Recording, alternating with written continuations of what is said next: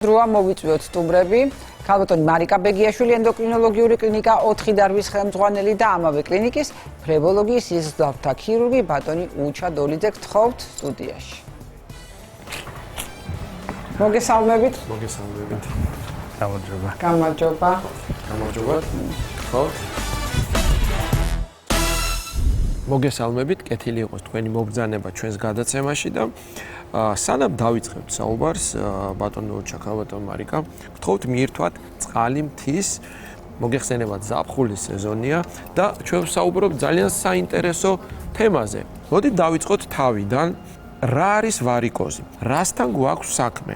და ძალიან მნიშვნელოვანია, რამდენად გავრცელებულია ეს დაავადება და ადამიანთა რომელი ჯგუფი არის მოწყვლადი ამ დაავადების მიმართ. კი ბატონო, პირველ რიგში მოგესალმებით. ვარიკოზული დაავადება ეს არის ქვედა კიდურების კანქვეშა ვენების გაგანიერება. ამ შემთხვევაში გაგანიერებული კანქვეშა ვენები კარგავენ თავიანთ ფუნქციას. და ვენის ძირითადი ფუნქცია ყველა ვენის არის სისხლის გატარება პერიფერიიდან გულისკენ.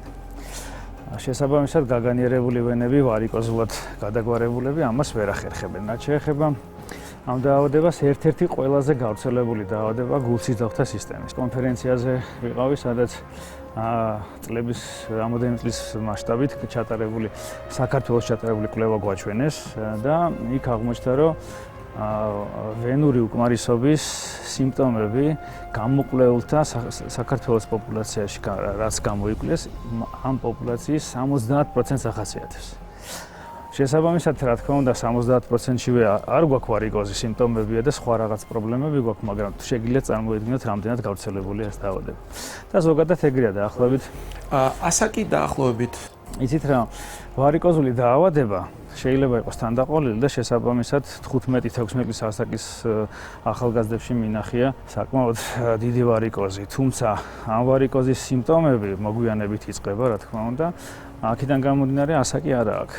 ვარიკოზ შეიძლება შეხვდეს საკმაოდ ახალგაზრდა ასაკში და რა თქმა უნდა, თუ პაციენტი არ მომართავს ვარიკოზული დაავადებით, შეიძლება მთელი ცხოვრება ატაროს და გვიან ასაკშიც მოგვართოს.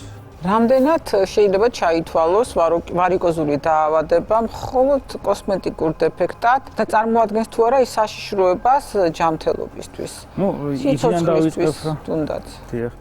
იქიდან დავიწყებ, რომ დაავადებას ახანს ხმარობთ სიტყვას, ხო, ეს კოსმეტიკური დეფექტად ვერ ჩაითვლება. ვარიკოზული დაავადება არის დაავადება, რომელსაც ახასიათებს სიმპტომო კომპლექსი და რაც მთავარია, გარდა წუხილისა და ჩივილებისა, მას ახასიათებს როგორც ყველა ქრონიკულ დაავადებას თავისი გართულებები. ეს გართულებებია ზუსტად ის ვერაგი მომენტი, როცა ვარიკოზი პაციენტს უქმნის დისკომფორტს კი არა და ცხოვრების ხარისხს უფუჭებს. რაც შეეხება კოსმეტიკურ ვარიანტს, ჩვენ გვაქვს, ასე ვთქვათ, კოსმეტიკური ვარიკოზი, რომელიც მხოლოდ კოსმეტიკურია, ეს არის კაპილარები ქვედა კიდურზე, რომელსაც ვკურნალობთ, უბრალოდ ვაცილებთ, იმიტომ რომ ქალბატონებს ესთეტიურად არ მოწონთ. თუმცა, როცა ვარიკოზულ დაავადებაზე ვლაპარაკობთ, აქ პრობლემა ჯანმრთელობასთან გვაქვს პირდაპირ.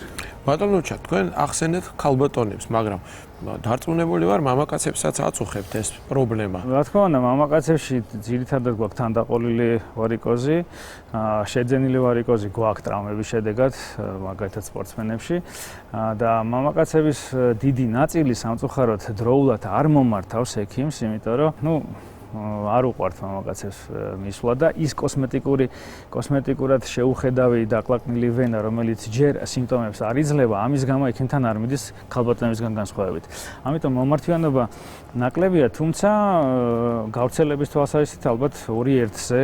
და აქვე ძალიან მნიშვნელოვანია ვიცოდეთ, რა არის ის რისკ ფაქტორები, რამაც შეიძლება გამოიწვიოს ვარიკოზი. ხო, თანდაყოლილ ვარიკოზს რაც შეეხება, ამ შემთხვევაში გენეტიკური ფაქტორით, რაც შეეხება შეძენილ ვარიკოზს, აი მამაკაცებში როგორც გითხარით, სპორტის გარკვეულ სახეობებს, რომელსაც ახასიათებს ქვედა კიდურზე ქრონიკული ტრაუმა, აქ შეიძლება ჩამოყალიბდეს ვარიკოზული დაავადება და ქალბატონებში ყველაზე მნიშვნელოვანი რისკ ფაქტორი ორსულობა, ცხათვიანი ორსულობა მშობიარობით, როცა ჰორმონალური ცვლილებების ფონზე ხდება ვენური საკლოვანი აპარატის და ვენის კედელის დაზიანება და ეს გვაძლევს უკვე ვარიკოზულად გაგანიერებულ ვენებს.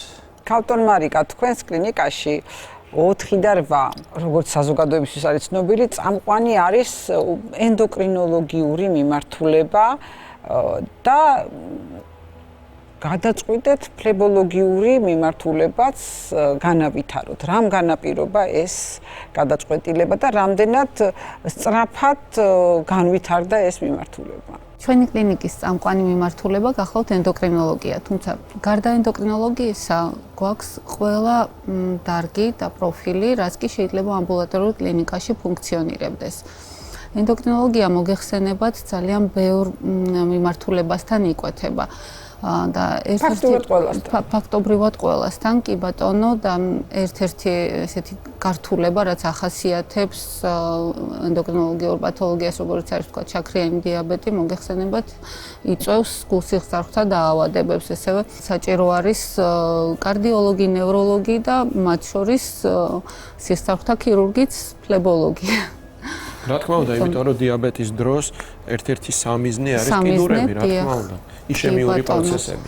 და ჩვენი მიზანი იყო, რომ პაციენტებს ქონოდათ ის კომფორტი, რომ ერთი ფანჯრის პრინციპით შესაძლებლობა ქონოდათ მომსახურება მიეღოთ ერთ სივრცეში. აქედან გამომდინარე, დავნერგეთ ეს პროფილიც, რომელიც წარმოდგენილია ბატონი უჩა დოლიძის სახით. ანუ შეიძლება ითქვას, რომ თქვენ ყველანაირ პირობას უქმნით ვთქვათ, იგივე ფლებოლოგს, ბატონ უჩას, იმისთვის, რომ ყველა ის აუცილებელი კვლევა, ვთქვათ, ლაბორატორიული თუ ინსტრუმენტული გაკეთდეს ერთ სივრცეში. ეს ხო, რა თქმა უნდა, ძალიან მოსახერხებელია პირველ რიგში პაციენტისთვის. ზუსტი და დროული დიაგნოსტიკისთვის ძალიან მნიშვნელოვანია, რომ ხელმისაწვდომი იყოს ყველა საჭირო სერვისი.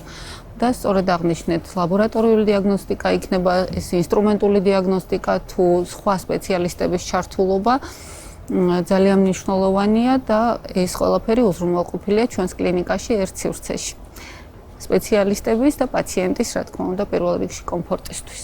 არის ხოლმე შემთხვევები, როდესაც პაციენტს სიმპტომებიდან გამომდინარე გონია, რომ აქვს სისხლძარღვების პრობლემა, მაგრამ აღმოჩნდება, რომ დიაგნოსტიკა კიდე იქ ცალკე სხვა დიაგნოზს წარმოშობს ხოლმე და შესაბამისად სხვა პათოლოგია, ვთქვათ, შესაძლებელია ორთოპედ ტრავმატოლოგი დაჭირდეს და არ იყოს ფლებოლოგის საჭიროება და ასე ხერხემლის პათოლოგია იყოს. კი ბატონო. ამიტომ ხშირ შემთხვევაში სჭირდება ხოლმე ბატონო უჩას ნევროლოგთან პაციენტის გადამისამართება, სჭირდება რეუმატოლოგთან, ორთოპედ ტრავმატოლოგთან, რეაბილიტოლოგთან, დერმატოლოგთან და ეს ყველა სპეციალისტი ჩვენთან ადგილზეა და კომპლექსურად იღებს პაციენტი მომსახურებას. ძალიან ხშირად დღეს პაციენტები სარგებლობენ ეგრეთ წოდებული ექიმი Google-ის ან თუნდაც ხელოვნური ინტელექტის დახმარებას. ამით ცდილობენ თავისთვის დიაგნოზის გამოტანას, მკურნალობის დანიშვნას და ასე შემდეგ. მოდით ჯერ ეს აუხსნათ, რომ ეს ყოველდღე დაუშვებელია, ძალიან მნიშვნელოვანია პირველ რიგში იმ სპეციალისტთან მისვლა, ვინც, რა თქმა უნდა, დაგაკვალიანებს და ვარიკოზის დროს რას უნდა მიაქციოს პაციენტმა პირველ რიგში ყურადღება, როდის უნდა გადაწყდეს მისი მომართვა სპეციალისტთან თუ შეიძლება მოცდა და გამივლის და მე მივალ და ასეშა. აი რა არის ის ძირითადი ნიშნები, როდესაც უნდა მოვიდეს თქვენთან? ხო, ხელოვნური ინტელექტსაც შეეხება, რა თქმა უნდა, ცოცხალი ადამიანი თავისი კლინიკური გამოცდილებით კვლევას, რომელსაც ისატარებს გასინჯვას, გარდა ფიზიკალური გასინჯვისა და პაციენტის დათვალიერებისა, მე აუცილებლად ულტრაბგერით კვლევას ვაკეთებ ქვედა კიდურების, რაც მეხმარება დიაგნოზის დასმაში და მკურნალობის ტაქტიკის შერჩევაში. ამას ინტერნეტი ვერ გააკეთებს. ხო, რაც შეეხება სიმპტომებს, რითაც უნდა მივმართოთ ფლებოლოგს, ეს არის პირველი სიმპტომი ვარიკოზული დაავადების, ეს არის ცუდად შესახედავი დაკლაკნილი გაბერილი ვენები ფეხზე, რომელიც ნორმის ფარგლებს ცდება, ხო? ეს არის პირველი სიმპტომი, რომელმაც უკვე უნდა დაგვაინტერესოს და მივმართოთ ექიმს, სისხლძარღვთა ქირურგს ან ფლებოლოგს. რაც შეეხება შემდეგ ამას მოყვება სიმძიმის შეგრძნება, ტკივილი, წვის შეგრძნება, სხვადასხვა სიმპტომო კომპლექსია, ყველას თავისებური რაღაც დამახასიათებელი სიმპტომებიც აქვს და რა თქმა უნდა, დროთა განმავლობაში თუ ამას არ ვაქცევთ ყურადღებას და არაუშავს ბებია ჩემსაც ქონდა და 100 წელი იცხოვრა და მეც გადავიტან, ამას აუცილებლად დიდ პროცენტ შემთხვევაში მოყვება გართულება. მკურნალობის მეთოდებზე გადავიდეთ. რა არის ის თანამედროვე გაიდლაინი, ვარიკოზული ვენების მკურნალობის, რომელიც აუცილებლად უნდა შესრულდეს პაციენტის დიაგნოსტირების შემდეგ, როდესაც უკვე დაუდგინდა ვენების ვარიკოზული დაავადება, საიდან ვიწყებთ? ხო, ну პირველი როგორც თქვენ აღნიშნეთ, დიაგნოზი უნდა დავსვათ. მართებული დიაგნოზი, როგორც მარიკამ აღნიშნა, ჩივილები შეიძლება სხვადასხვა დაავადებას ახასიათებდეს ერთნაირი, ჩამოყალიბდით, რომ ვარიკოზული დაავადება გვაქვს და ვირჩევთ ტაქტიკას. ესე იგი, რა თქმა უნდა, ვარიკოზული დაავადება ხარისხს ხო ალბათ? ბატონო? ხარისხის განსაზღვრა. ვენური უკმარისობას, რომელსაც ვარიკოზი იწვევს, მაგის ხარისხსაც განსაზღვროთ, რა თქმა უნდა, თავისი ხარისხი აქვს შესაბამისად და ნუ შორსწასული ვარიანტები უკვე გართულებებს აღნიშნავს. რაც შეეხება ტაქტიკას, ვარიკოზული დაავადება არის ქირურგიული დაავადება. რას ნიშნავს ეს? მედიკამენტოზურად, თერაპიული მიდგომით, წამლებით, მალამოებით ეს პრობლემა არ იკურნება. ჩვენ ესეთი მიდგომით, მედიკამენტებით, ტოპიკური საშუალებებით ანუ მალამოებით შეგვიძლია სიმპტომები ავალაგოთ ცოტა ხნით, ხო? გადავავადოთ, ასე ვთქვათ, ჩარევა. გადავავადოთ ჩარევა, დიახ, მაგრამ ნახეთ, ჩარევამდე აუცილებლად უნდა მივიდეს პაციენტი ადრე თუ გვიან, მაგრამ ამ გადავადებას თუ პაციენტი მზად არ არის ქირურგიული ჩარევისთვის პირველივე ვიზიტზე, ეს არ არის პრობლემა. აქ ვიყენებთ უფრო აქტიურად, მე ვთვლი, რომ საჭიროა კომპრესიული თერაპია, სპეციალური წინდები არსებობს, რომელსაც პაციენტი ატარებს და ის იცავს პაციენტს ვენური უკმარისობისგან და გართულებებისგან. მერე პაციენტი, ასე ვთქვათ, მიდის იმ გაგებამდე, რომ ვენა მოსაცილებელია და აქ უკვე ერთვება თანამედროვე ტექნოლოგიები.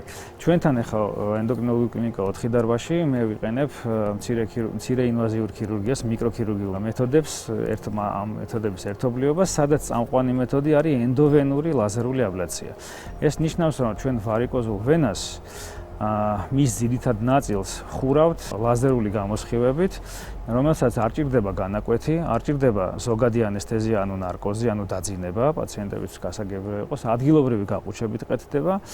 და განსაზღვროთ რითი ჯობია ეს თქვათ სხვა ტრადიციულ ღია ქირურგიას, განაკვეთების არარსებობა ეს ერთია, რეაბილიტაციის არარსებობა მეორე, ჰოსპიტალიზაციის საჭიროების არარსებობა. სტაციონარში დაყონება არ ხდება პაციენტის, როგორც კი შეუსრულდა ეს ოპერაცია, დგება და მიდის სახლში და ყველაზე საინტერესო არის, რომ ადგილობრივ ანესთეზიას თუ პაციენტს იმ ანესთეტიკზე, რომელთაც ვიყენებთ გამაყუჩებელ წამალზე ალერგია არ აქვს, ის არის აბსოლუტურად უსაფრთხო. არანაირი გართულება ადგილობრივ ანესთეზიას არ აქვს. ასევე ვიყენებთ მიკროფლებექტომიას, ეს არის ვენის მოცილების ტექნიკა. როდესაც მიკროგნაჩხეტებიდან ვიღებთ ნებისმიერი ზომის ვენებს, ესეც ადგილობრივი გაუტკივარებით კეთდება და ასევე ამბულატორულად, ანუ არ ვტოვებთ სტაციონარში პაციენტს და ესეთი დამხმარე ესეთი მეთოდი, ეს არის სკლეროთერაპია, რომელსაც კომბინაციაში ყველაზე პატარა წილი აქვს მკურნალობაში, თუმცა საჭიროების შემთხვევაში ვიყენებთ და როცა საჭიროა ძალიან გვეხმარება. ძალიან ხშირად ახლა მოგეხსენება ზაფხულის პერიოდია და ძალიან ხშირად პაციენტები რატომღაც თავს იკავებენ. აი ზაფხულში არ გავიგეთ რა. რატო არ გავის სიცხეა, ჭრილობა არ შეხორცდება და ასე აუხსნათ, ხო? ადამიანებს, რომ თუ პაციენტი საჭიროებს მკურნალობას, მან უნდა მიიღოს ეს ყველაფერი. არ აქვს მნიშვნელობა სეზონს. ზუსტად ამ მეთოდებს, რაც მე ჩამოთვალე, სეზონურობა არ ახასიათებს, იმიტომ რომ პაციენტი როგორც კი ლაზერი მორჩა, დგება და მიდის სასეირნოდ. ასე რომ სეზონურობა ამ მეთოდებს არ ახასიათებს. და თქვენ ორივე სტუმარს მინდა მივმართო რჩევები, რასაც მისცემდით ჩვენს მაყურებელს, როდესაც საქმე ეხება ვენების, ქვემოკიდურების ვენების ვარიკოზულ გაგანიერებას. არავითარ შემთხვევაში არ გადადონ ვიზიტი ექიმთან. დროული ვიზიტი და დროული დიაგნოსტიკა არის ეფექტური მკურნალობის საფუძველი. პირველივე სიმპტომებისთანავე მიმართონ ექიმს. კონტრასტული შხაპი ერთ-ერთი კაქი საშუალებაა და ყოველთვის ხაზგასმით ვეუბნები ხოლმე ურჩევ ჩემ პაციენტებს, უკეთესი საშუალებაა ვიდრე სხვა რაღაც ფეხიციარული დაღლილობის მოსახსნელად, ფეხიციარული, რა თქმა უნდა, სასარგებლოა გულსიზავთა სისტემისთვის მთლიანობაში. თუმცა თუ გამოხატული ქრონიკული ვენური უკმარისობაა, ხშირ შემთხვევაში ფეხიციარული, უბრალოდ ფეხიციარული ამძიმებს ფეხს და თუ წინდებსაც ჩავიცმევთ და ისე ვისეირნებთ, მაშინ მაშინ იქნება და ფანტასტიკური. ქუსლის სიმაღლე.